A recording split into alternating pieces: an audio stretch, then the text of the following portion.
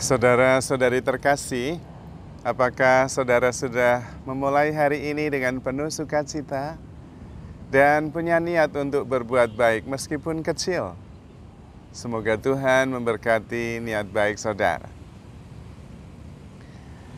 Hari ini kita ingin belajar tentang bagaimana pelan-pelan kita bisa menjadi lebih baik. Kita mengerti bahwa orang tidak berubah dalam semalam, perlu waktu.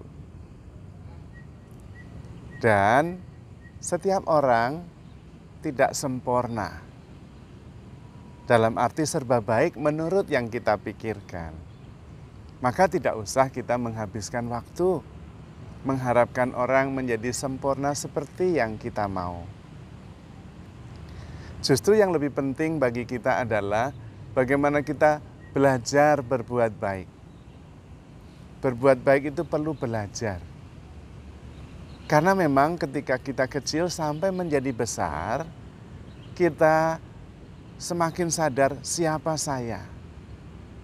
Kebanyakan di antara kita kemudian sepanjang hidup selalu berpikir, sayalah yang penting. Cerita saya, keinginan saya, tindakan saya, prestasi saya, masa depan saya, segalanya tentang saya. Dan itu adalah awal dari seluruh persoalan. Maka Tuhan Yesus meminta kita untuk menyangkal diri, menyangkal saya itu. Karena pada dasarnya kita tidak menciptakan kehidupan ini, kehidupan kita. Karena itu sebetulnya kita tidak mempunyai hak atas kehidupan ini. Karena kita tidak menciptakannya, tetapi kita menerimanya. Dan karena itu yang menciptakan kita, yang tahu untuk apa kita diciptakan.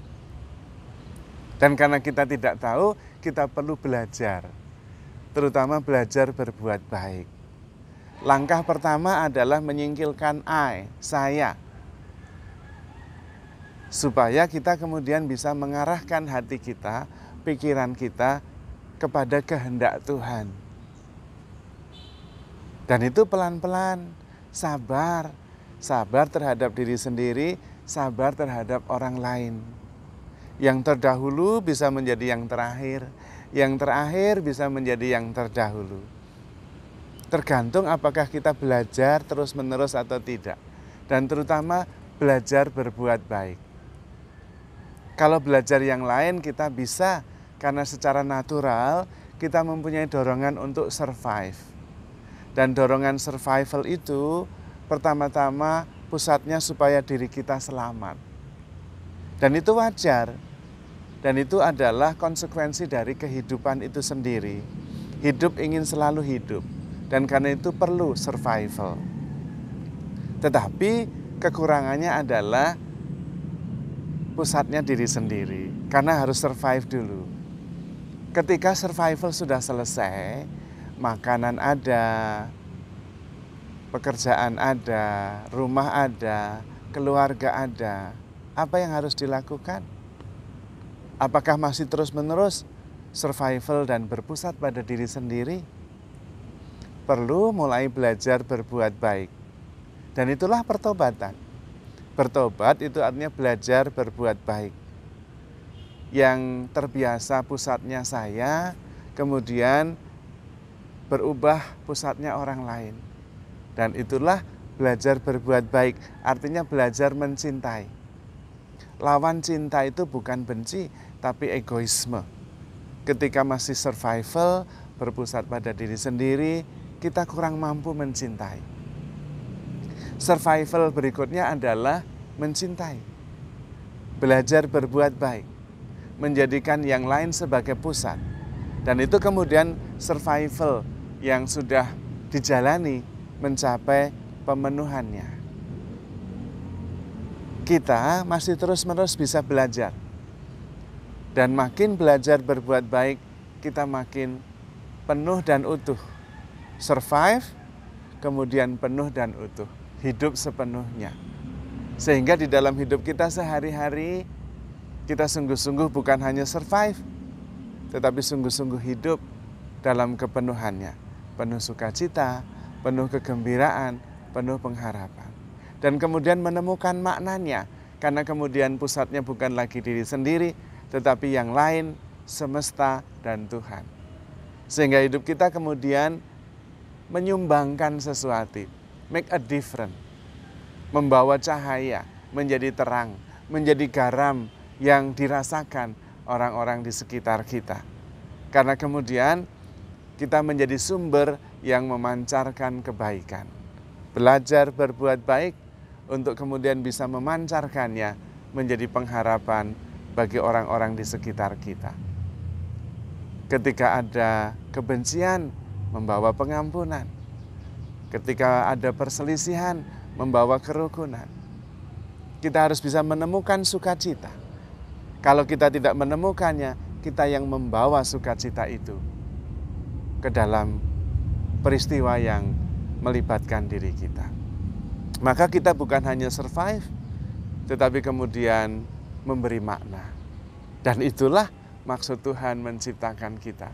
Kita diciptakan bukan untuk diri kita sendiri, tetapi untuk memberi arti kehidupan yang kita jalani.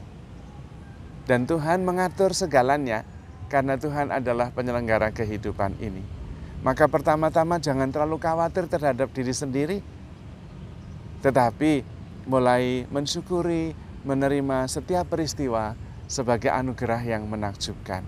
Pada saat itu kemudian kita bisa bertanya diri dalam setiap peristiwa, apa yang baik yang bisa saya lakukan supaya kemudian hidup bersama menjadi lebih berarti, menjadi lebih baik. Kita harus terus-menerus belajar berbuat baik karena memang menjadi baik tidak terjadi dalam semalam.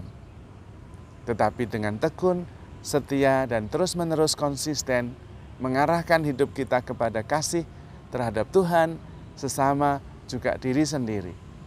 Dan tidak lagi hanya berhenti pada saya, dan saya. Maka kemudian kita bisa menghadapi ini dengan keterbukaan yang luar biasa. Bahkan kemudian kita bisa mengharapkan segala sesuatu, percaya segala sesuatu, dan sabar menanggung segala sesuatu. Seperti Bunda Maria yang kemudian menyadari siapa dirinya. Aku adalah hamba Tuhan. Terjadilah padaku menurut perkataanmu. Kita hidup bukan hanya dari roti, bukan hanya survival, melainkan dari setiap firman yang berasal dari Allah. Terutama karena memang hidup kita itu milik Allah. Kita tidak menciptakannya. Dan tentu Allah yang mengerti. Kalau kita taat pada kehendak Allah, kita akan mengerti apa yang dikehendakinya atas hidup kita.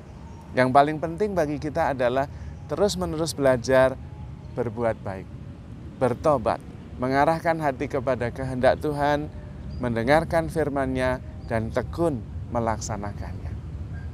Jadi saudara-saudari terkasih, handle yourself with care because you are loved. Tuhan memberkati.